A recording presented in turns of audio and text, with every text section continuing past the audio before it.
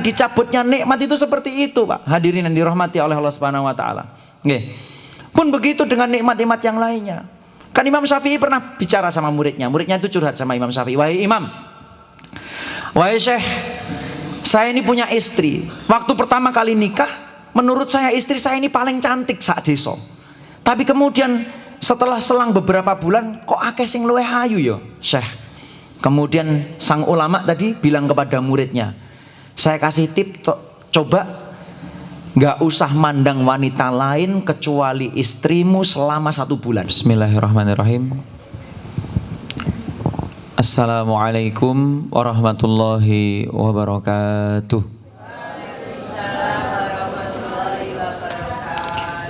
Saya lihat banyak yang muda, tapi kenapa suaranya kok kurang keras? Mungkin satu kedinginan, karena biasanya kalau muda itu identik jomblo, Bu. Yang mana kalau jomblo itu biasanya ada separuh dari hati yang kurang terlengkapi, ngoten. Akhirnya tenaga untuk menjawab salam kurang bisa maksimal. Saya ulang lagi nggih. Assalamualaikum warahmatullahi wabarakatuh.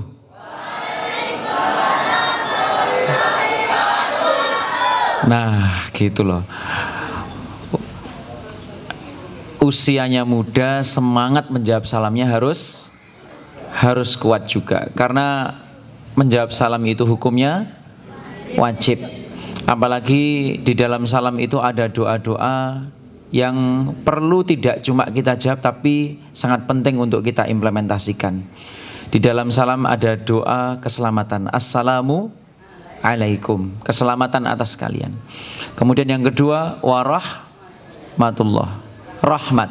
Kemudian yang ketiga, wabarakatuh. Ketika saya mengucapkan assalamualaikum warahmatullahi wabarakatuh, maka saya sedang mendoakan panjenengan supaya 1, selamat, kemudian 2, mendapatkan rahmat dari Allah Subhanahu wa taala, lalu yang ketiga, mendapatkan barokah dari Allah Subhanahu wa taala. Selamat ketika berangkat, selamat ketika ngaji. Soalnya ada orang-orang yang ngaji itu tidak selamat, Bu. Liane ngaji dia ngantuk biasanya. Atau kemudian yang lain ngaji pikirannya kemana-mana. Nah, kemudian yang ketiga, selamat ketika nanti pulang. Selamat juga dunia dan akhirat. Lalu kemudian yang kedua, rahmat. Kita semuanya membutuhkan rahmat dari Allah Subhanahu wa taala, membutuhkan ampunan dari Allah Subhanahu wa taala. Yang ketiga adalah barokah. Barokah itu artinya adalah kullu ma tuzidukum fi ta'ah. Segala sesuatu yang menambah ketaatan kepada kita itu adalah berkah. Kadangkala kita mengartikan berkah itu bertambahnya harta. Lek nek tangga sing tok bondone tambah, kadangkala kita salah paham. Masya Allah barokah yo, bisnisnya tambah suwe tambah lancar. Atau kemudian ada teman kita yang pangkatnya terus menanjak naik, kita kadangkala mengatakan Masya Allah barokah ya, padahal belum tentu. Segala sesuatu yang menambah ketaatan itu namanya barokah. Pangkatnya nambah tinggi, tapi kalau tidak nambah taat berarti tidak berkah. Harta nambah, tapi kalau tidak nambah taat kepada Allah maka itu tidak berkah. Istri nambah, kalau tidak nambah enggak ya. Atau bertambah yang lainnya dalam hal materi, tapi kalau tidak menambah taat maka itu tidak berkah. Maka dari itu pagi ini saya mendoakan panjenengan melalui salam pembuka tadi, assalamualaikum warahmatullahi wabarakatuh. Saya mendoakan panjenengan selamat, dapat rahmat dari Allah Subhanahu wa taala, dan yang paling penting berkah. Amin ya rabbal alamin. Innal hamdalillah nahmaduhu wa nasta'inuhu wa nastaghfiruh wa na'udzu billahi min syururi anfusina wa min sayyiati a'malina, may yahdihillahu fala mudhillalah wa may yudlilhu fala hadiyalah. Asyhadu an la ilaha illallah wa asyhadu anna Muhammadan abduhu wa rasuluh. Allahumma shalli wa sallim wa barik ala Muhammad wa ala alihi wa ashabihi ajma'in, amma ba'd. Yang saya hormati pimpinan cabang Muhammadiyah pun dimiliki Jetis. Betul ya, insya Allah dirahmati Allah Subhanahu wa taala. Aisyah nggih hadir nggih, pengurusnya ibu-ibu, dan kemudian NA hadir, kalau semangat lek ngabsen NA soalnya kan si nom-nom. Lek Aisyah rapate tak detail nih soalnya kan sampun NA hadir nama mboten NA-nya. Alhamdulillah. Kalau pemudanya, pemuda Muhammadiyah hadir nggih? Nggih, alhamdulillah. IPM-nya hadir. Alhamdulillah. IMM-nya. Saya itu selalu ngabsen anak-anak muda, Pak Bu. Kenapa demikian? Karena pengajian itu di mana-mana sepi dengan anak-anak muda. Tapi saya lihat lek Ponorogo kok mboten, insya Allah. Tapi kalau di tempat-tempat lain kadangkala kering dengan anak-anak muda. Isinya pengajian ini sesepuh pini sepuh. Dan ini cukup riskan ngoten loh. Kalau pengajian itu banyak sepuhnya tapi kurang anak muda. Karena di era Rasulullah Shallallahu Alaihi Wasallam penggerak itu mayoritas anak-anak muda. Tapi ini kok mengkhawatirkan. Niki sing bagian dokumentasi. Niki pemuda tahun pinten Bapak nuwun sewu. MC-nya udah muda keren. Saya kemarin itu ngaji di PCM Kandangan Bu. PCM Kandangan Kediri. Alhamdulillah. Di sana pengajian Ahad paginya itu pengajian Ahad pagi nada squad. Nada itu singkatan NA dan pemuda. Jadi PCM sana, PCM Kandangan itu punya inisiatif pengurus pengajian ini ben dicekel cah nom-nom ae. Supaya apa? Kalau kita tidak menyiapkan sejak awal, nanti akan terdadak saat yang sepuh-sepuh ini mulai berpamitan. Loh, enggak loh, penjenengan malah ngguyu.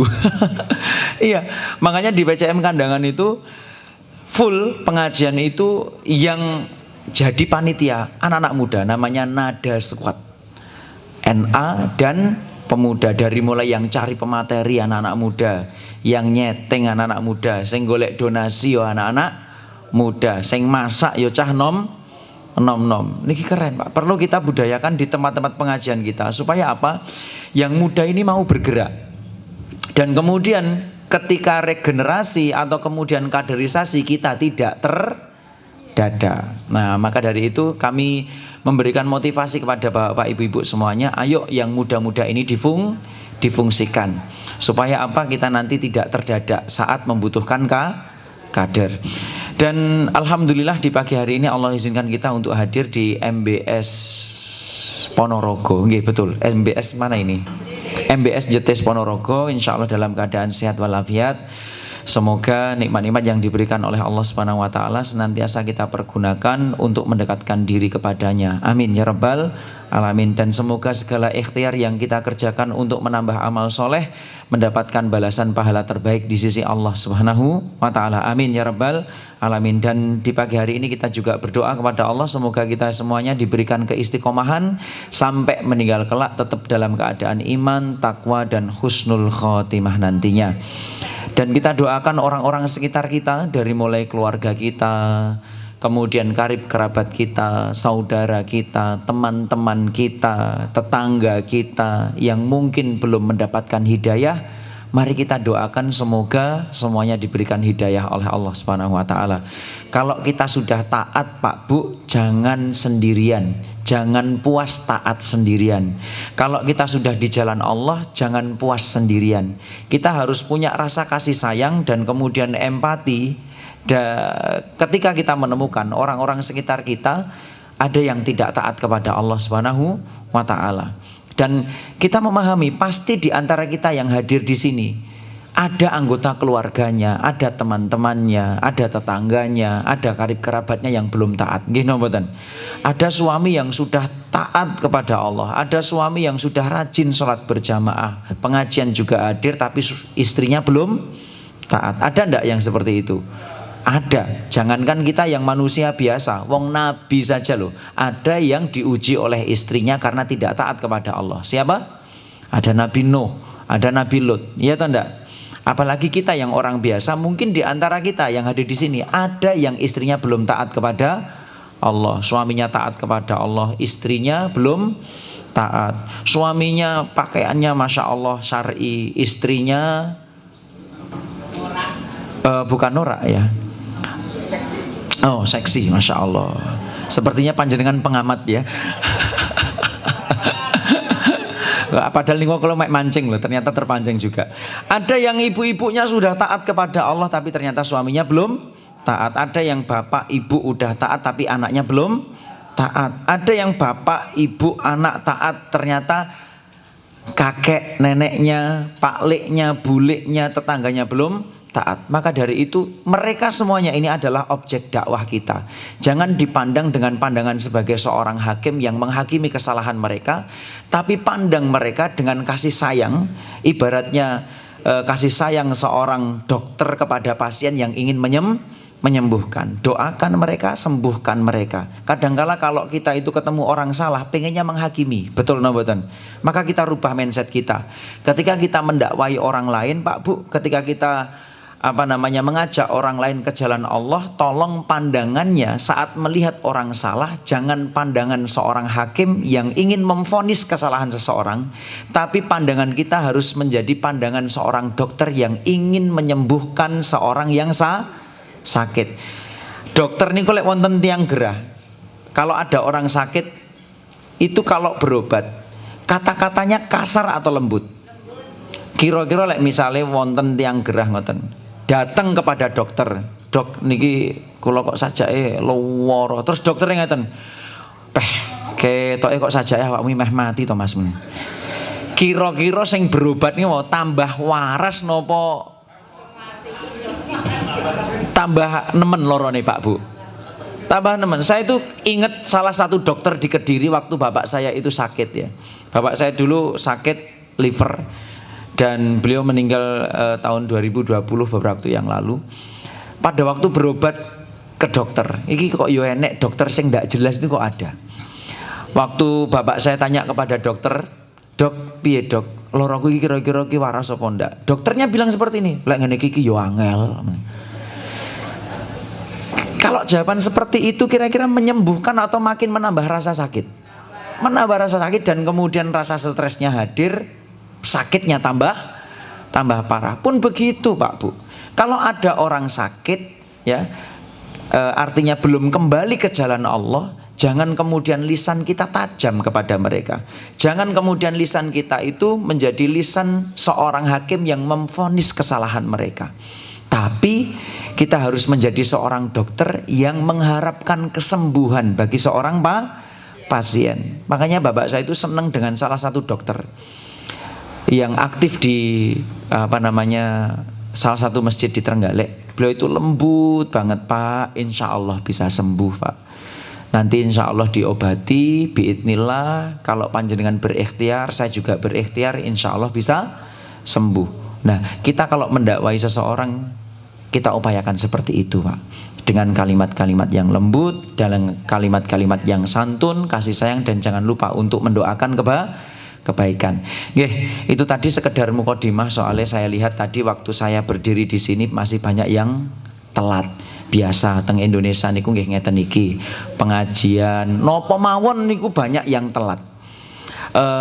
Hanya satu acara yang bisa tepat waktu di Indonesia niku. Napa Bu kira-kira?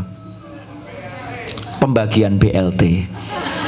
Pokoknya pembagian BLT niku selalu tepat waktu. Saya itu ngamati ke desa-desa itu kadangkala, oh alah masya Allah, ternyata acara di Indonesia ini yang satu-satunya bisa tepat waktu adalah pembagian BLT. Pembagian jam 09.00 itu loh, masyarakat jam 7 wis teko. Makanya saya sarankan lek iso ki masjid-masjid Muhammadiyah ada pembagian BLT-nya.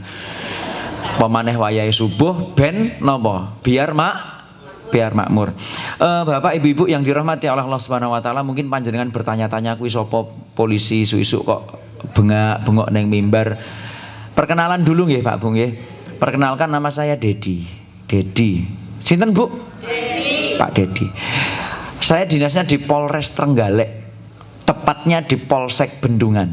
Jadi kalau panjenengan ke Soko, nggih, Polsek Soko niku, itu kan ada jalan ke kanan kalau dari sini. Niku terus Pasar Sombro niku lho.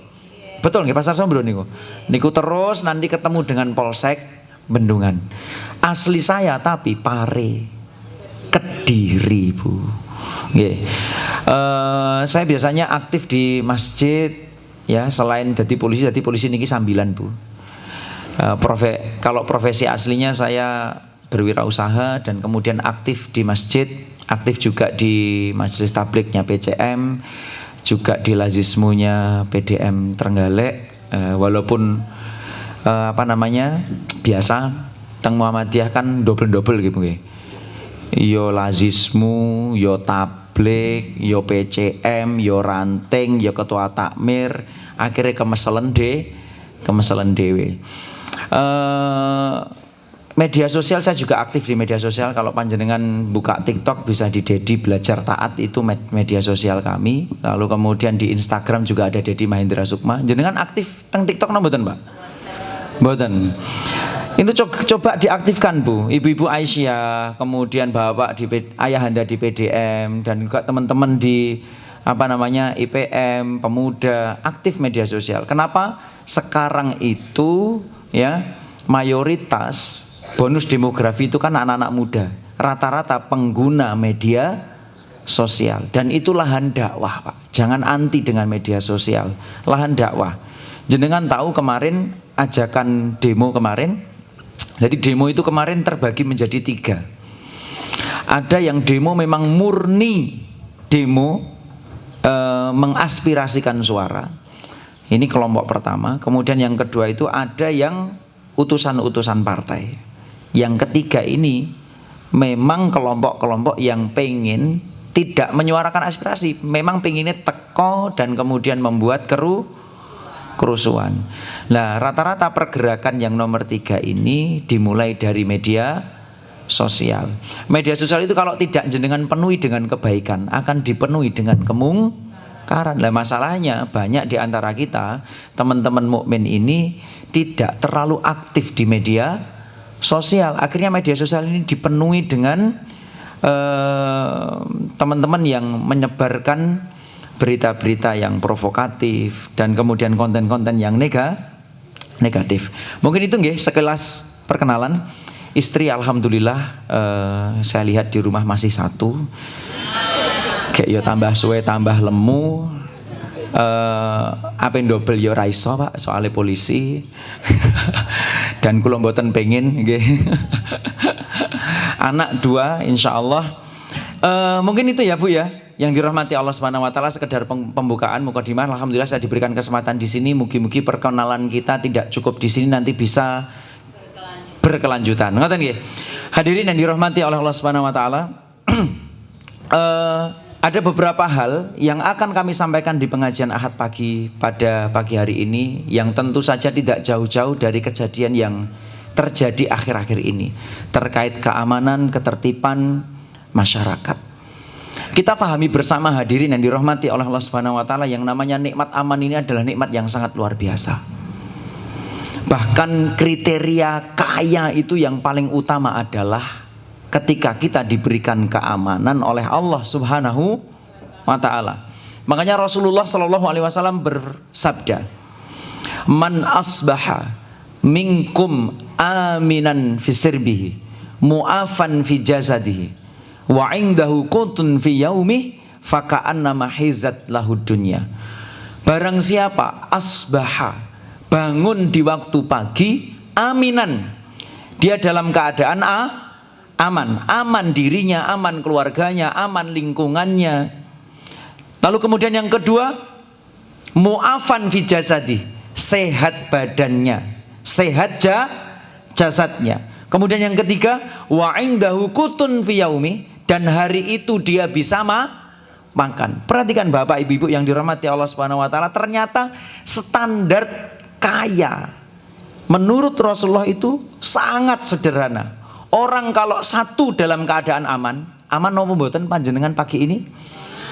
Enggak ada kerusuhan, enggak ada gangguan keamanan ketertiban masyarakat, enggak ada bencana alam, aman nggih. Kemudian yang kedua, mu'afan fi jasadi. Jenengan sedaya sehat, Pak, Bu? Alhamdulillah nggih. Ada yang sakit? Mboten enten. Sakit hati wonten napa mboten? Enggak ada. Lalu kemudian yang ketiga, wa indahu qutun fi yaumi, hari itu ada bahan makanan yang bisa Rasul spesifik hari itu, bukan besok, bukan lusa, bukan 1 minggu ke depan, bukan sampai 1 bulan ke depan, tapi kalau hari itu bisa makan. Perhatikan, 3 nikmat ini, aman, sehat, hari ini bisa makan, faka'annama hizat lahud dunya, maka seolah-olah dunia ini dikumpulkan kemudian diberikan kepada dia.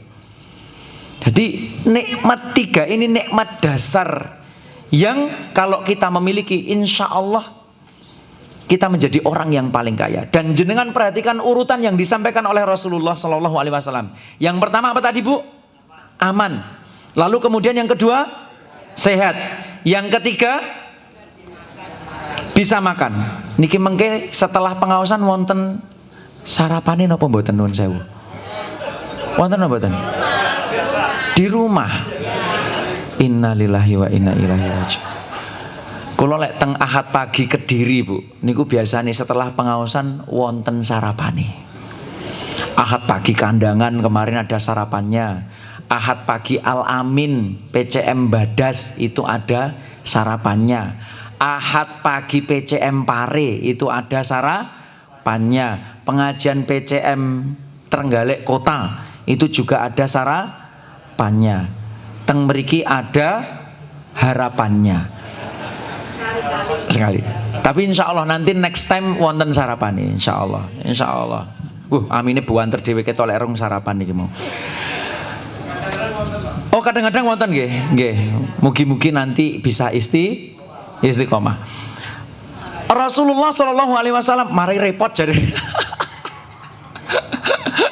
Enggak, Pak, insya Allah. Duh, jenengan percados. Dengan adanya sarapan itu ternyata bisa semakin mengundang banyak orang untuk datang.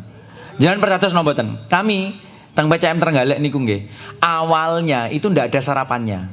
Kemudian saya bilangin panitia, ayo pengajian dikai tulisan. Pengajian kalau di kami Sabtu pagi, Bu. Pengajian Sabtu subuh, ngaji bareng, subuhan bareng, kemudian sarapan bareng. Awalnya ndak ada sarapannya, yang datang sedikit lah, ndak sampai 100. Kemudian ketika kita kasih tulisan sarapan bareng, lalu kemudian kita undang warga sekitar, dan kemudian kita bilangin, Pak, nuwun sewu, ini undangan pengajian plus voucher sarapan. Oh, tak sindir nek sarapannya langsung ambruk iki mau. Gak sida wis. Akhirnya alhamdulillah yang datang bisa ratusan, Bu. Dan infaknya pun juga beda. Enek sarapane karo gak infake, be. Lek gak enek sarapane Pak ape infak yo gak sungkan titik. Tapi lek enek sarapane ape infak titik sungkan. Engko sing nyaping nyemplungi 5.000 dilirik karo sandinge. Sarapan no infak mek 5, akhirnya tambah malih 10.000. Dan alhamdulillah infak niku jadi tambah setelah ada sarapan. Saya dukung insya Allah Ahad pagi nggih, bulan depan sudah ada sarapannya. Sakne budal iki padha rong sarapan umane adik-adik iki. Durung sarapan tadi? Derek. Wah bau wanter. Insyaallah. Balik lagi kita perhatikan hadirin yang dirahmati Allah Subhanahu wa taala. Rasulullah Shallallahu Alaihi Wasallam menyebutkan urutan pertama adalah aman. Kenapa demikian? Al-Imam Ar-Razi menyebutkan dalam kondisi tertentu aman itu lebih penting daripada sehat.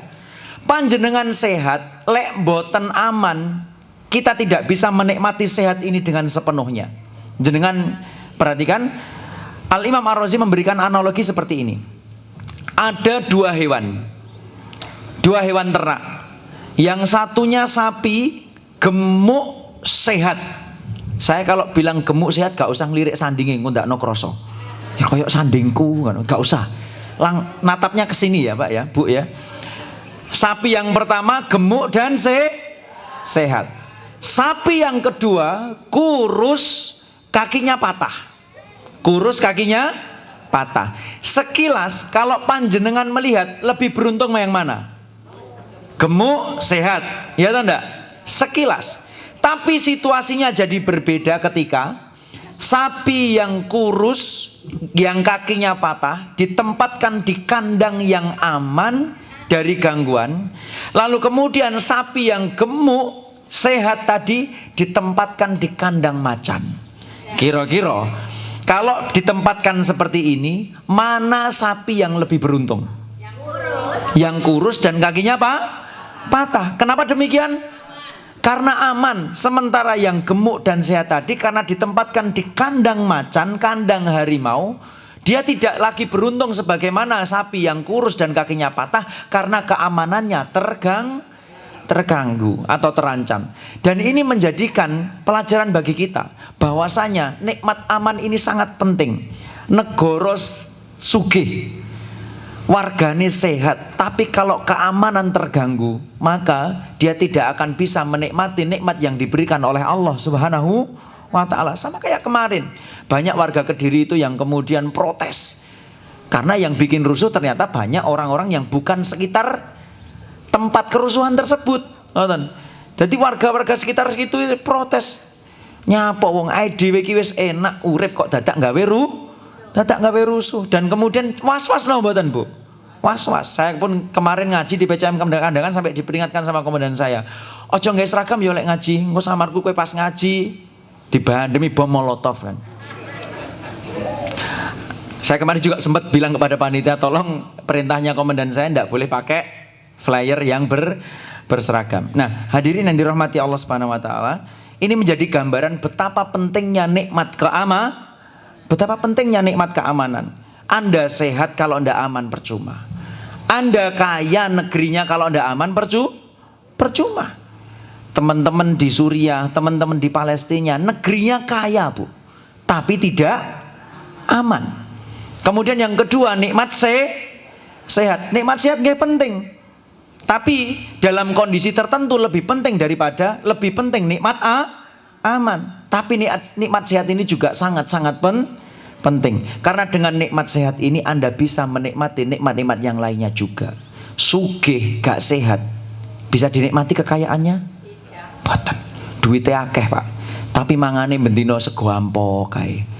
Karo diwole saged dinikmati no mboten? Tidak bisa. Makanya saya itu kalau patroli dengan teman-teman polisi itu rodok cegeh, bahasa Trenggaleke.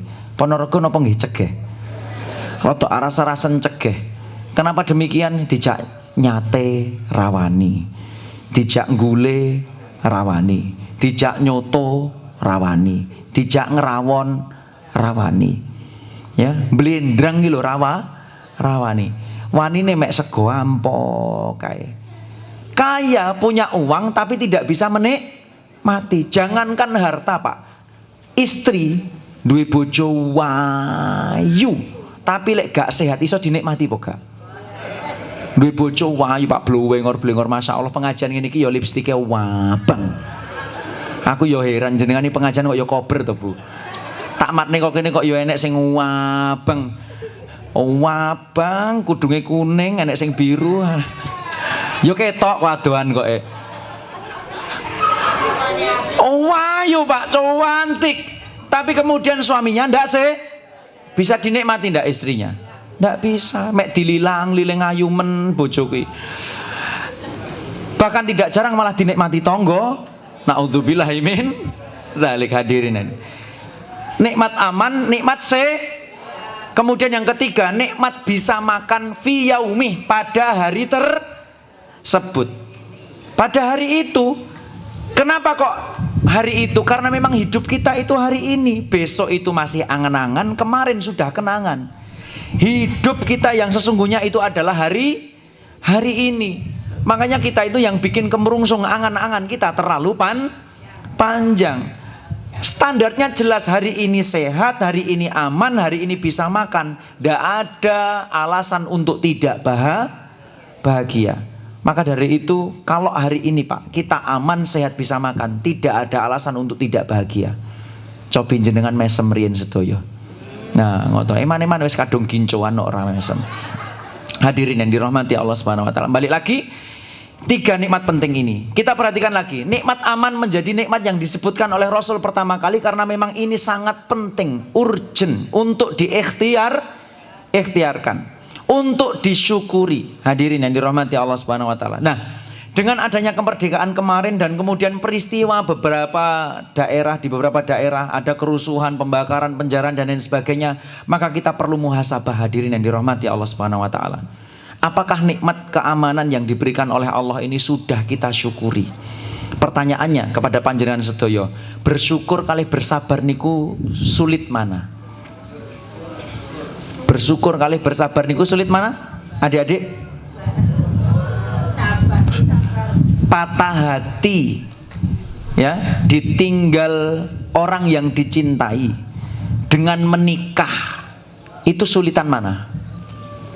Bersabar karena patah hati, bersyukur karena mendapatkan suami, itu lebih sulit mana? Lebih sulit mana? Loh, kok gedek-gedek adik-adik ini? Bersyukur ketika mendapatkan rezeki, habis dagang, jualan, dapat untung, dengan bersabar saat rugi, itu lebih sulit mana? Kayak mau muni bersyukur, saya ganti bersabar. Saya kasih ilustrasi ya, sulit mana? Saya kasih ilustrasi. Allah Subhanahu wa taala ketika berbicara nikmat, wa in ta'uddu ni'matallahi la tuhsuha. Dan jika ta'uddu, kalian menghitung-hitung nikmat Allah, nikmatnya Allah, apa kalimat kata kuncinya? La tuhsuha. Apa la tuhsuha itu? Tidak bisa diperkirakan, tidak bisa dikira-kira, gak iso dihitung. Ya, la tuhsuha. Ketika berbicara nikmat Allah pakai la tuhsuha, artinya la tuhsuha itu tidak bisa diperkirakan. Krono saking akeh. Sementara ketika berbicara tentang musibah, Allah Subhanahu wa taala mengatakan, berfirman, "Wala nabluwannakum bisyai'in minal khaufi wal ju'i wa naqsi minal amwali wal anfusi was thamarat wa basyiris sabirin." Wala nabluwannakum, dan sungguh kami benar-benar akan menimpakan. Ada lam taukid di situ, kemudian nun bertasydid yang juga maknanya taukid atau penegasan. Wala nabluwannakum, dan sungguh benar-benar akan kami timpakan. Dalam ayat ini Allah Subhanahu wa taala menegaskan bahwasanya setiap manusia selama nafas itu masih berhembus, jantungnya masih berdetak, dia masih hidup, maka selama itu pula dia pasti akan ditimpa musibah. Akan tetapi Pak Bu hadirin yang dirahmati Allah Subhanahu wa taala, kepastian itu bukan hanya sekedar kepastian setiap manusia itu ditimpa musibah, tapi juga kepastian pinten musibah ini ku nggih sampun wonten kepastiane. Bapak, ibu-ibu pernah nggih dapat musibah? Pernah? Dari mulai yang paling ringan, paling berat, pasti semuanya dapat musibah. Tapi kepastian jumlah musibahnya juga sudah ditentukan. Setelah wala nabluwannakum, Allah merangkai firman-Nya dengan bi syai'in min. Kalau kita artikan sebagian kecil dari, ya, bi syai'in min. Al khauf, rasa takut, wal ju' rasa lapar, wa naqsi minal amwal, kekurangan harta, wal anfus, jiwa, ditinggal orang yang dicintai. Ada orang-orang yang kita cintai meninggal. Wasamarot, dan buah-buahan, gagal panen dan lain sebagainya. Wabasyiris, beri kabar gembira kepada orang-orang yang sabar. Hanya sedikit dari rasa takut, lapar, kekurangan, sedikit. Coba kita bandingkan. Ketika berbicara nikmat la tuhsuha, ketika berbicara musibah bisyai'in min, sebagian kecil. Dadose Pak, kathah pun di musibah kalih nikmat niku banyak nikmat, ndak terkira. Bahkan perbandingannya sangat jauh banget. Sangat jauh. Pertanyaannya, mensyukuri yang tidak terkira dengan bersabar yang sedikit, bersabar dengan yang sedikit, dengan musibah yang sedikit, itu berarti sulit mana? Mensyukuri sing tidak terkira. Kalau sabar itu pada momen-momen tertentu Pak. Sabar itu pada momen-momen tertentu. Kan sabar itu ada 3. Sabar saat menahan amarah, Berarti sabare lek ketika ketemu sing mancing emosi. Misalnya ibu-ibu kepanggih putrane tasih alit-alit biasanya kan mancing emosi. Yo sabare ketika anaknya nakal. Ya. Ibu-ibu gak diblonjo kudu emosi. Yo sabare ketika gak diblonjo. Kan ngoten. Bapak-bapak ketemu istri sing cerewet, nyelatuan. Biasanya kan ibu-ibu ngoten niku Pak. Mboten nggih, tapi insyaallah lek jamaah Muhammadiyah mboten insyaallah. Ya. Sing alus karo wong liya tapi lek karo bojone dhewe kasar. Biasanya ibu-ibu ngoten Pak, masyaallah kadang kala kuwalik-walik. Lek ketemu lurah ngoten, "Assalamualaikum Pak Kades. Assalamualaikum Pak Ketua PCM." Alus koyok putri Solo. Bahasa nek kalau bojone dhewe kondi tas mulih semangan porong. Lek marang lek rong mangan jupuk dhewe ning meja kono. Aja lali, aja akeh anake rong mangan misale ngoten. Balik lagi hadirin rahmati Allah. Berarti sabarnya menahan emosi ketika ketemu yang mancing emosi. Yang kedua, sabar menahan syahwat. Berarti sabarnya ketika ketemu yang mancing syahwat. Bapak-bapak, lihat karnaval. Ada son horeg. Di belakang son horeg ada apa? Makhluk lelembut. Iya mau ngalus-alus kok sing melu joget ki biasane. Iya toh? Saya itu kadang-kala kangen Bu dengan karnaval yang dulu-dulu gitu ya. Pada waktu saya kecil itu karnaval biasanya yang ikut karnaval itu dandanannya kan biasanya dandanan tradisional, perjuangan, gini mboten. Lek saiki gak ngarep son guri wong joget, kayak mari ngono klambine kawet, tawat, mecuwo. Nah, bapak-bapak ketika melihat itu ya kudu sabar menundukkan pandangan hadirin. Lek gak sabar, ya malah dingetne ae. Hadirin malah dipelilii. Hadirin. Kemudian yang ketiga, sabar ketika ditimpa musibah. Sabarnya ketika ditimpa Jadi kalau sabar itu hanya pada momen-momen tertentu, sesuatu yang menguji kesabaran itu sifatnya hanya sedih. Tapi kalau syukur Pak, bahkan di saat kita ditimpa musibah itu loh, ada nggak nikmat Allah yang masih tercurahkan pada kita? Jenengan misalnya sakit gigi, apakah saat sakit gigi itu kemudian jantung jenengan juga berhenti? Loro untuk jantungku ya mandek misalnya. Enggak kan? Nggih mboten. Pada saat jenengan pusing, apakah kemudian nafas jenengan juga berhenti? Mboten. Di saat kita ditimpa musibah, di saat itu pula ternyata nikmat-nikmat Allah juga masih tercurahkan. Jadi mensyukuri nikmat dari Allah itu sebenarnya lebih sulit daripada bersabar terhadap musibah. Oleh karena itu kan hadirin yang dirahmati Allah Subhanahu wa taala. Makanya Rasul kan mengajarkan doa supaya kita mudah untuk bersyukur kepada Allah. Dan ini menjadi tips salah satu supaya kita mudah bersyukur kepada Allah. Satu yakni berdoa. Allahumma a'inni ala dzikrika wa syukrika wa husni ibadatik. Ya Allah ya Tuhanku, tolong aku ala dzikrika untuk berzikir. Berzikir itu juga sulit Bu. Zikir dalam artian mengingat Allah Subhanahu wa taala. Zikir ngeling-eling Allah itu sulit apa enggak, Dik? Angel. Wong bahkan ning salat kadang kalau gak kelingan Allah. Ayo coba kalau saya tanya panjenengan sedoyo, salat yang jenengan laksanakan berpuluh-puluh tahun, dari mulai awal balik sampai sakniki, piro persen sing jenengan khusyuk awet takbir ratul ikhram sampai kira-kira pinten persen, Pak? Wong kadang sik takbir sekelingan renorno nggih mboten? Allahu Akbar. Ya Allah, utang ra lunas ya Allah.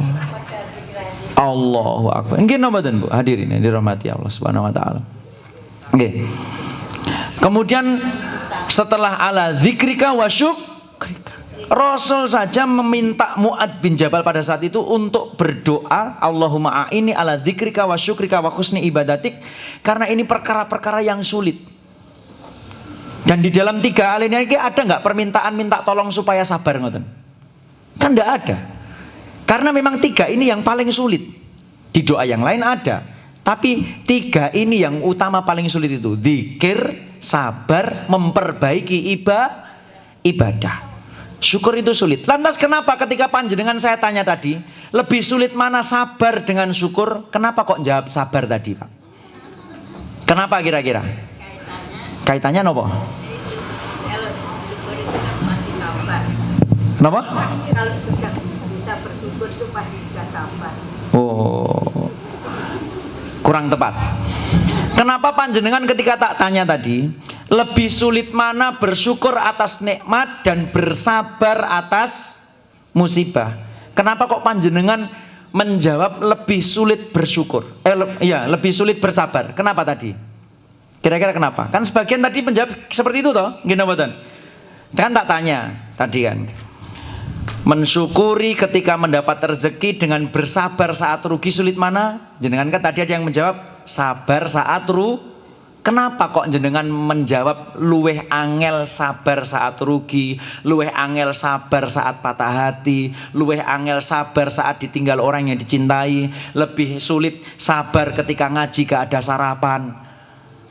Misalnya ngoten. Kan mboten enten niku wau. Dadi sabar. Kenapa kok jenengan tadi mayoritas menjawab lebih sulit sabar saat ditimpa musibah? Menahan diri. Bisa menahan diri. Karena gak penak. Bisa menahan diri. Tidak bisa menahan diri.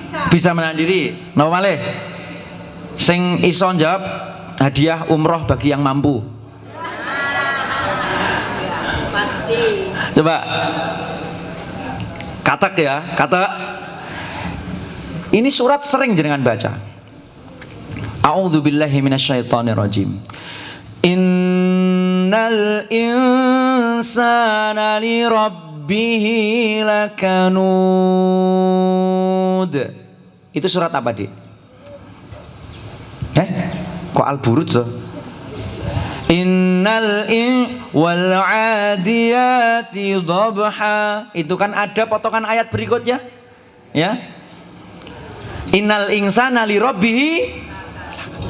Inna sesungguhnya al insan keumuman manusia itu li rabbihi kepada Robnya lakanud sungguh kanud. Apa kanud itu?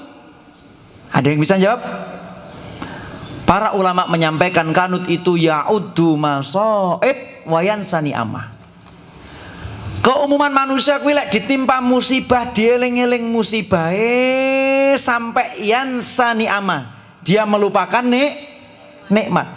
Keumuman manusia iku, Pak, meskipun musibah itu sedikit, kenapa kok terasa berat? Karena keumuman manusia kalau ditimpa musibah sing dieling-eling musibah duduk nikmat Allah Subhanahu. Seseorang kalau ditimpa musibah, musibah itu yang terus terngiang-ngiang dalam hati sampai dia melupakan ternyata banyak nikmat yang belum disyukuri. Saya kasih contoh, suatu ketika saya mau pulang ke Kediri habis dinas, kemudian mampir ke rumah, pengennya naik motor ke Kediri, nggak ngajak istri. Dibilangin sama istri, dituturi. Biasa, wong lanang kuwi rata-rata lek dituturi bojone rada ngeyelan. Nggih napa mboten, Pak? Iya, karena apa? Arijalu qawwamuna 'ala nisa. Wong lanangin duwe jiwa kepemimpinan, kadang oleh dituturi wong wedok rodok ngeyelan. Saya pun juga sama, pulang dibilangin sama istri, "Mas, kalau mau pulang ke Kediri mbok yo ganti celana dhisik, soalnya celana seragam kuwi sae cetek, sakunya pendek." Biasa wong lanang kan rodok kemleh, lek dituturi angel, gak wis tak gawe iki ae. Pulang, Bu. Mampir pom bensin, setelah itu melanjutkan perjalanan, nggak sampai 1 kilo saya gerayangi dompet. Duh, kok ora enek, resah. Lalu kemudian saya balik lagi dari titik saya nyari dompet itu ke pom bensin, gak enek. Pom bensin balik nih ke titik itu, ndak ada lagi. Celinguk sampai disang wong. Ki nyapa kok cah nom toleh. Akhirnya saya nyerah. balik dari pom bensin, titik pom bensin, akhirnya pulang ke rumah, ditanya sama istri, "Loh, jarine mulai." Nganu Dek, ternyata biasanya wong lanang kuwi lek wis konangan kleru nih lagek keleji nganu bener sampean aduh mau ganti celono ternyata dompetku ceblok. Musibahnya satu apa? Dompet jatuh. Tapi apa yang terjadi? Dompet itu yang ada dalam pikiran saya. Adus bior dompet ya Allah. Mangan Bu. Dompet ya Allah. Sing paling parah ngimami Pak. Allahu Akbar. Alhamdulillahirabbil alamin. Koyok khusyuk no, tapi asline ning ati dompetku ning ngendi? Ar-Rahmanir Rahim. Jebloke kok ora konangan. Rukuk kelingan dompet, iktidal sami Allah iki engko piye nasibe simku ya Allah. Jenengan pernah ngalami seperti itu, Pak? Musibahnya satu, tapi karena tabiat manusia itu kanut ya udu masoib bayansani ama. Yang diingat-ingat musibah sampai melupakan bahwasanya banyak nikmat Allah yang belum kita Saat dompet saya jatuh, nafas saya sebenarnya masih berhembus. Saat dompet saya jatuh, sesungguhnya jantung saya masih berdetak. Saat dompet saya jatuh, masih banyak nikmat-nikmat Allah lainnya yang masih diberikan kepada saya. Betul. Nggih napa mboten? Coba, selain nikmat dompet itu loh, ada nggak nikmat yang lain? Kan banyak. Nafas yo nikmat, jantung yo nikmat, kedep nikmat napa mboten? Nikmat ngaji ini kira rasa kedep meloro medeni kancane Pak. Ditakoki karo koncone, "Nyapa Mbak sampean kok mlili empuh ra iso." Kan medeni, nggih napa mboten? Kedep itu loh nikmat, tapi jenengan nate napa mboten? Alhamdulillah ya Allah, kok iso kedep aku. Kita sering melupakan kok nikmat kedip. Nggih napa mboten? Belum nikmat pendengaran, nikmat rezeki yang lain. Di saat dompet jatuh, langsung seketika saya melupakan nikmat-nikmat yang lainnya. Hadirin yang dirahmati oleh Allah Subhanahu wa taala. Yang pertama doa, kemudian yang kedua supaya mudah mensyukuri.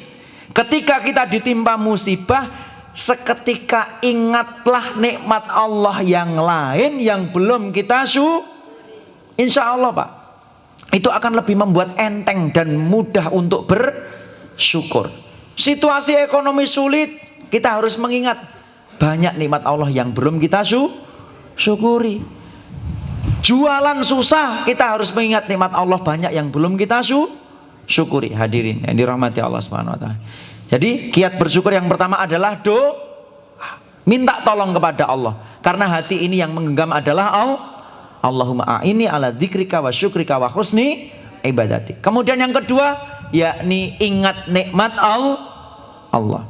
Kemudian yang ketiga, supaya kita mudah untuk bersyukur, mengingat siapa yang memberi sesungguhnya Pak, mengingat pemberi nikmat itu akan lebih mudah membuat kita bahagia dibanding mengingat nikmat itu sendiri. Di dalam sebuah kitab judulnya Al-Unsu Billah, Syekh Ahmad Thayyar meringkas perkataan-perkataan Al-Imam Ibnu Qayyim. Beliau mengatakan an-nadhru ilal mun'im la ilan ni'mah faqat.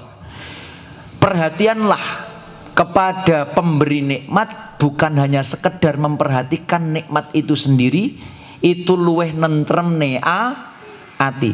Sesungguhnya pemberi nikmat itu lebih penting daripada nikmat itu sendiri. Saya kasih analogi ya supaya jenengan paham. Saya punya dompet. Dompet ini Pak, dompet ini udah jelek, jebol-jebol. Brandnya pun tidak penting, brandnya tidak bermerek. Isinya kalah karo dompetnya ketua PCM. Isinya mek 200.000. Isinya sedikit, dompetnya jelek, udah jebol-jebol dan kemudian tidak bermerek.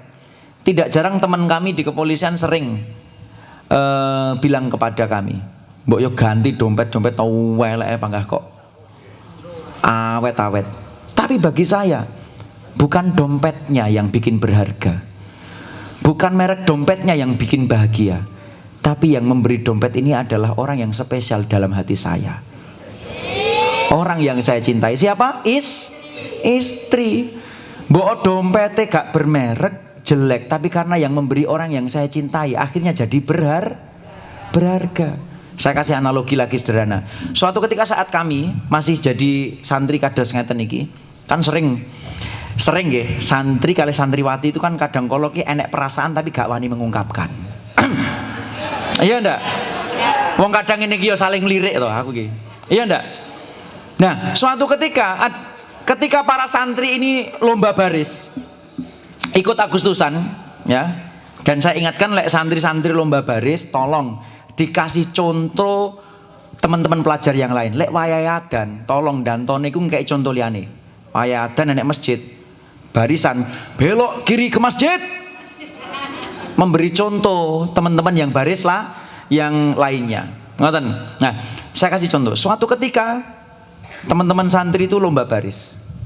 Nah, ada salah satu santri itu yang seneng banget memendam perasaan dengan salah satu santriwati. Jadi hanya bisa memandang tapi tidak bisa mengungkapkan, hanya bisa menyimpan perasaan tapi tidak bisa menyampaikan. Disimpan, kok cia-cia kamu ya. Nyimpen. Lah, suatu ketika sang santriwati ini diperintahkan oleh ustadznya atau ustazahnya untuk membagikan tisu. Dikai tisu. Dan kemudian tisu itu dibagikan kepada santri. Apa yang dilakukan salah satu santri? Tisu itu disimpan. Disimpan Pak tisu itu tadi di dalam dompet.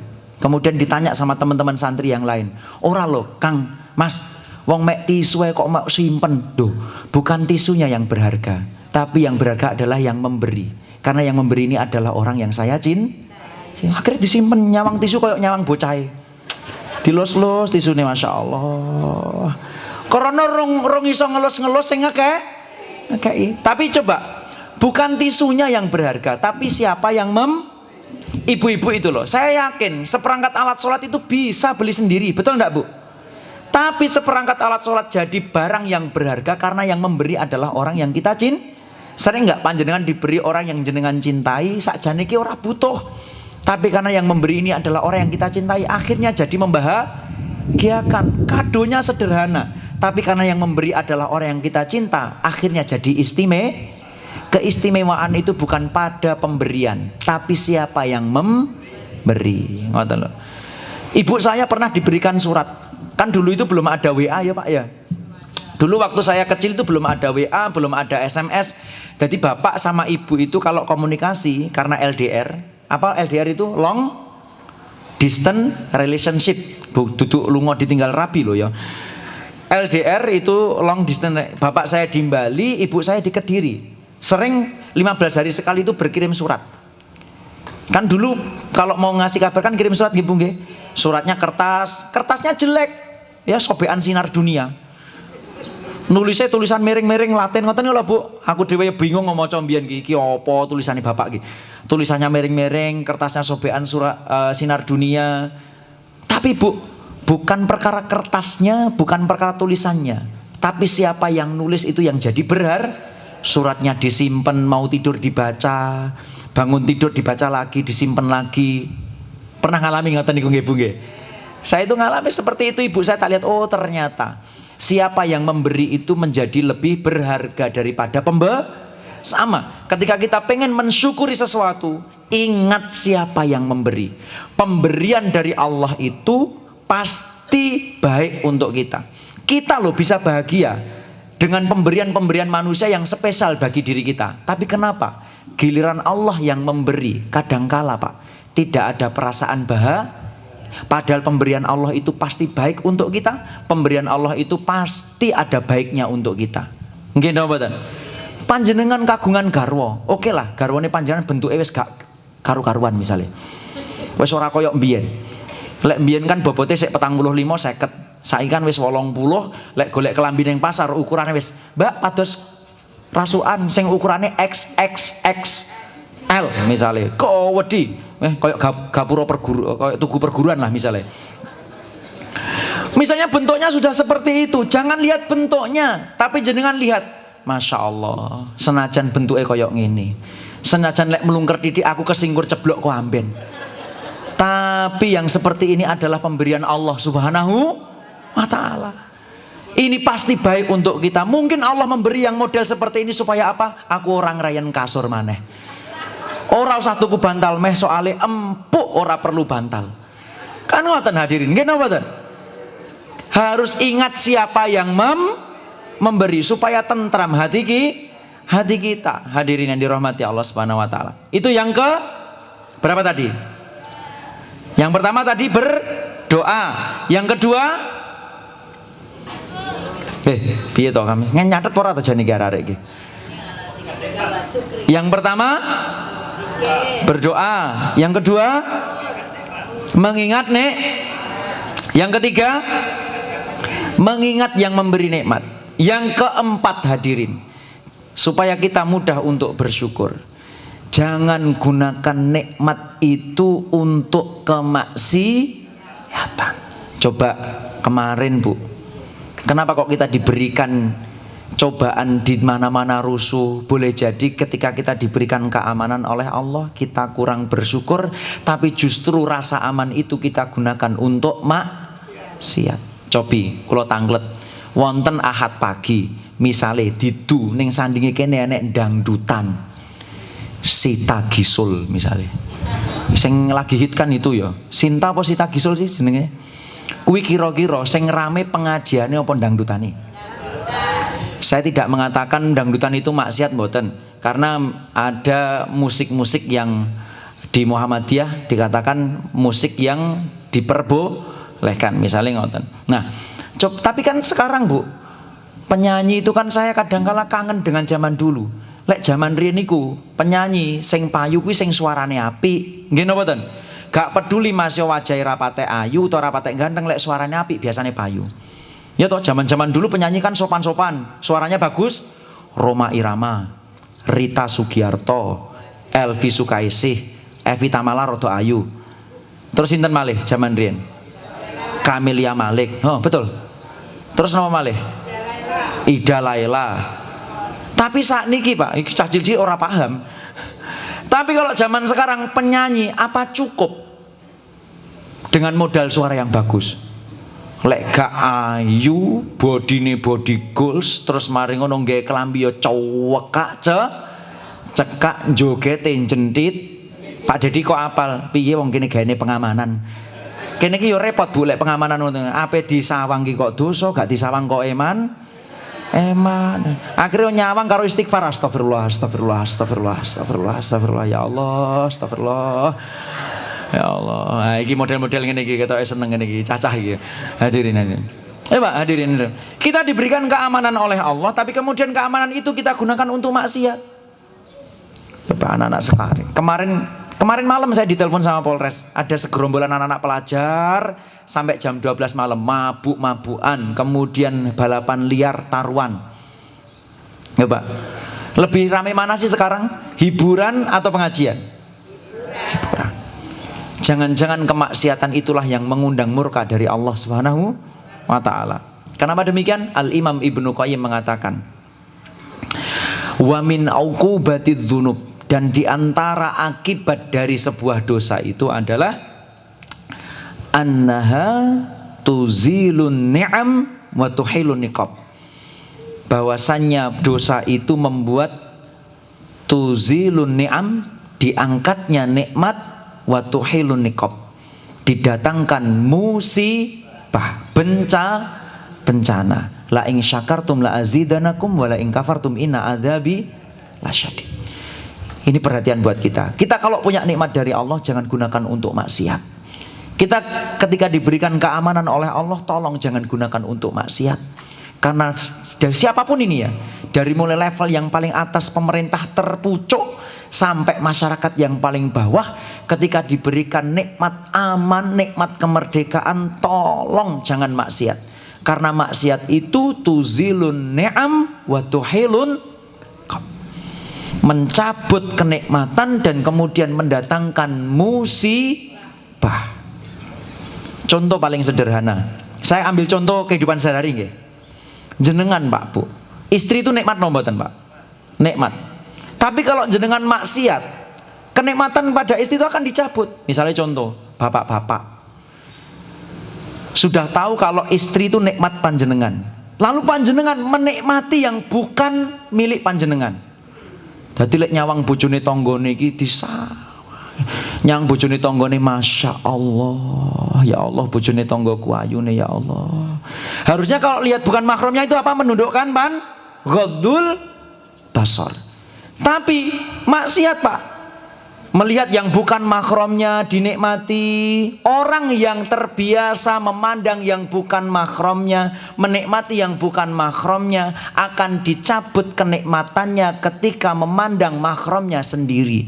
Akan dicabut kenikmatannya ketika memandang istrinya sendiri. Jadi bapak-bapak yang terbiasa di rumah ndelok bojone sumpek boleh jadi terbiasa nyawang bojone tanggane sing luweh ayu tinimbang bojo. Nyang bojone tanggane masya Allah ya Allah. Keluar kalimat-kalimat thayyibah. Subhanallah, ciptaan Allah yang paling sempurna. Ndelok bojone bahasa ndelok bojone dhewe, inna lillahi wa inna ilaihi rajiun. Allahumma ighfir laha warhamha wa'afihi wa'fu anha. Ditungakne ndang mati. Kenapa memandang istri sendiri menjadi tidak nikmat? Karena mata. Ini gambaran dicabutnya nikmat itu seperti itu, Pak. Hadirin yang dirahmati oleh Allah Subhanahu wa taala. Nggih. Pun begitu dengan nikmat-nikmat yang lainnya. Kan Imam Syafi'i pernah bicara sama muridnya. Muridnya itu curhat sama Imam Syafi'i, "Wahai Imam, wahai Syekh, saya ini punya istri. Waktu pertama kali nikah, menurut saya istri saya ini paling cantik sak desa. Tapi kemudian setelah selang beberapa bulan, kok akeh sing luwih ayu ya, Syekh." Kemudian sang ulama tadi bilang kepada muridnya, "Saya kasih tip, coba nggak usah mandang wanita lain kecuali istrimu selama 1 bulan." Akhirnya dipraktekkan sama santrinya ini. Dia ndak mandang wanita lain kecuali istrinya selama 1 bulan. Jadi bojone nyapu disawang, ning ruang tamu dingetne, nyapu dingetne, masak dingetne, umbah-umbah disawang, ning kamar mandi disawang terus sampai bojone iki nyapo, bojoku ki pangan nyawang. Setelah 1 bulan kemudian ngadep lagi kepada imam, "Wahai imam, ternyata benar setelah saya tidak memandang wanita lain kecuali istri saya, ternyata istri saya makin cantik." Tapi apa kata imam? Imam Syafi'i mengatakan, bukan istrimu yang makin cantik, tapi kenikmatan memandang yang halal itu yang ditambah oleh Allah. Itu salah satu contoh saja. Maka dari itu ketika kita diberikan nikmat oleh Allah, entah itu keamanan, entah itu kesehatan, entah itu harta, pangkat, jabatan, tolong jangan gunakan untuk kemaksiatan. Ketika kita gunakan untuk maksiat, jangan salah kalau kenikmatan itu dicabut dan datang bencana. Hadirin yang dirahmati Allah Subhanahu wa taala. Jadi itu kemudian yang terakhir, hadirin. Setelah kita berdoa, mengingat nikmat, mengingat pemberi nikmat, dan kemudian jangan gunakan untuk maksiat, jangan lupa hadirin yang dirahmati Allah Subhanahu. Terus doakan negeri kita ini supaya aman. Karena Nabi Ibrahim yang didoakan pertama kali, Rabbi ja'al hadza baladan aminan. Negeri sing terus doakan. Negeri dan juga para pemimpin. Makanya Fudail bin Iyad mengatakan, lau anni li da'watan mustajabatan. Andai kata aku memiliki doa yang mustajab, niscaya akan aku gunakan untuk mendoakan siapa? Al-imam, yakni para pemimpin. Karena kalau pemimpin itu amanah, semuanya akan mendapatkan dampak maslahatnya. Tapi kalau pemimpin itu tidak amanah, semua akan mendapatkan mudorotnya. Maka jangan lupa untuk doakan pemimpin kita. Yang paling terakhir, ayo kita memperbaiki diri dan orang-orang sekitar kita. Ya, ini juga penting. Karena apa? Pemimpin itu cerminan rakyatnya. Kadangkala kita ini protes tapi tidak mau berkaca. Padahal yang memilih pemimpin itu siapa? Yang milih DPR itu siapa? Kira-kira yang jadi itu yang adum duwe opo sing jujur tapi gak duwe duwe? Jujur mawon jenengan. Pilihan kepala desa itu yang jadi rata-rata yang adum duit, yang bagi-bagi duit, atau yang jujur, pinter, cerdas tapi tidak bagi-bagi uang. Rata-rata yang jadi yang mana? Nah, jadi jangan salahkan kalau kemudian mereka saat jadi yo golek Pulian. Sing salah sakjane sapa? Sing milih. Maka kita harus sadarkan para pemilih-pemilih ini untuk kembali ke jalan Allah Subhanahu wa taala. Mungkin itu ya, hadirin rahmati Allah Subhanahu wa taala yang bisa kami sampaikan. Kami mengajak panjenengan sedaya, ayo kita semuanya amar ma'ruf nahi mungkar, banyak-banyak berdoa, mensyukuri nikmat Allah Subhanahu wa taala. Semoga negeri kita menjadi negeri yang aman, Bu. Saya kemarin sampai khawatir, sampai berangkat kerja itu ndak berani pakai seragam. Samar enek sing balas dendam moro-moro dipelindes karo wong-wong aku. Maka dari itu ayo kita bareng-bareng berdoa, banyak-banyak bersyukur, dan jangan lupa untuk amar ma'ruf nahi mungkar. Demikian yang kami sampaikan.